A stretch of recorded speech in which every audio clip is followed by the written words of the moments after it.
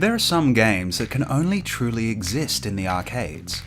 Sometimes it's because of the crazy hardware requirements. Sometimes it's a custom cabinet and control scheme.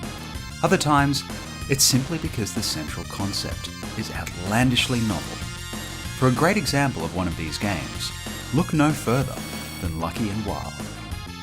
Hardcore Gaming 101 put it best. Lucky and Wild wasn't just an arcade shooter, but also a police pursuit action movie simulator.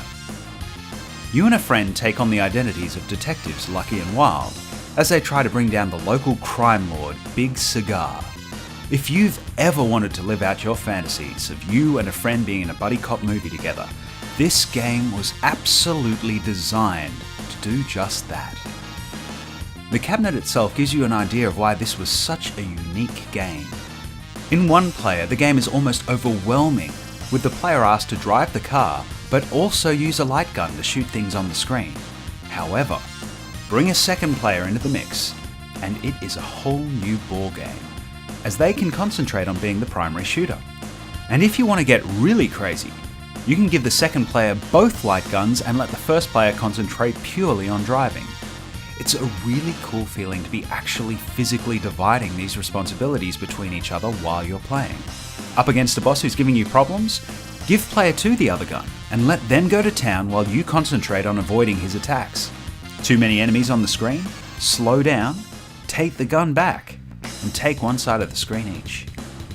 From a technical perspective, the game looks similar to other driving games from the late 80s and early 90s.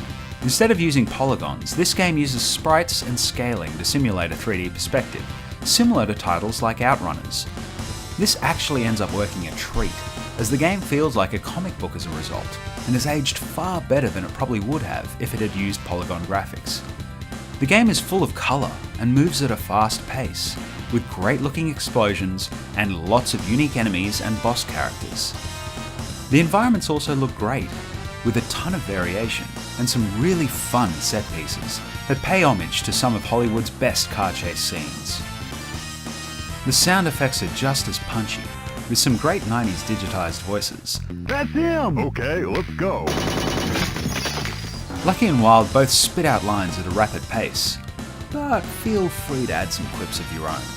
Don't worry, arcades are loud places, so no one else is going to hear you. Give it up. Well done.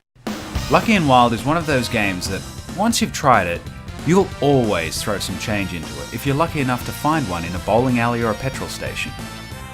It's an experience that you'd never really be able to recreate on a home console.